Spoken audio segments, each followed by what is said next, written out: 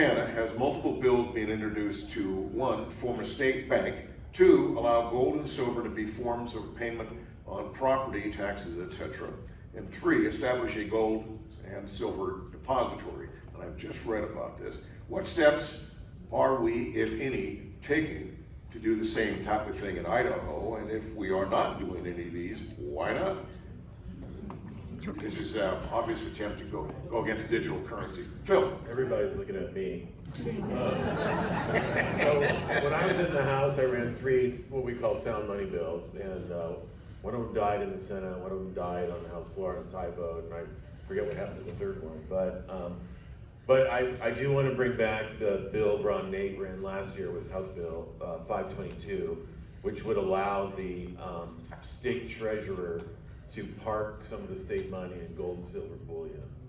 And I think it makes a lot of sense. If you look at the growth in the money supply that's pumped out by the Federal Reserve, we're in that hockey stick part of the curve where we've had kind of steady growth, and now it's just going straight up as a result of all the pandemic programs. So we're going to see a lot of inflation, and gold and silver would be a good place to park our money. And we'd like to do a whole lot more than that, but these bills have been dying, mostly in the Senate, so we're going to run this one and see how it goes, and if we're successful with this, we'll bring back more next year.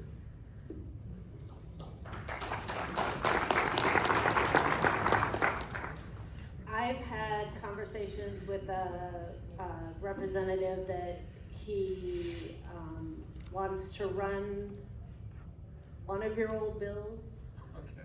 Or he took information out of Phil's old bill, but I have not seen it yet, and I know we're running against a deadline on whether we're gonna see it or not. He claims it's already in routing slip form, which means it can be introduced to a committee without having to do a bunch of work on it.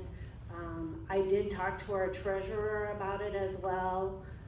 She's all for it, except she says that the biggest place that we have an opportunity is in our Percy funds. So I have been talking about it down there. So I have told them that I will help them with it, and I've also told Phil that I'll run it in the House too. So I'm very invested in this as well. Very good.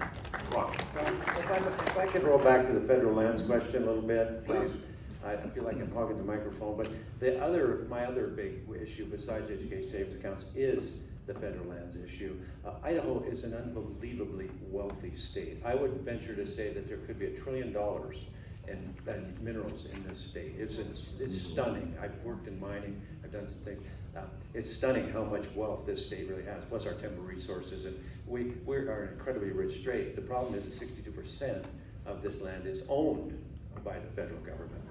Even if the state could just control it, that could help with our property tax issue, because suddenly this is wealth that there's no access to.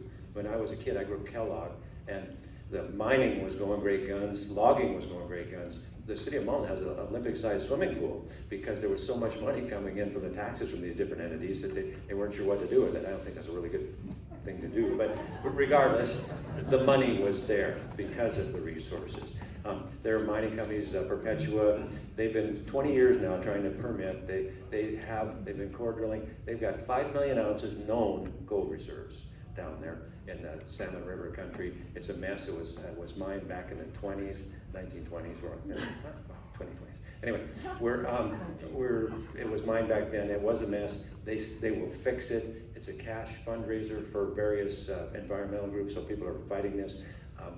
The money from just the extra economic activity from this would be tremendous for the state, and it increases the money supply, basically the state's money. And so those are all things that could go to help with other taxes and things. So right now, it's like if you bought a 1,000-acre farm and you're ready to start farming, and say, oh, by the way, 620 acres cannot be farmed. We're saving this over here. Suddenly you're gonna have a very difficult time making it. And that's kind of the way Idaho works. I can also tell you with Fulcher's office, my son works for Congressman Fulcher.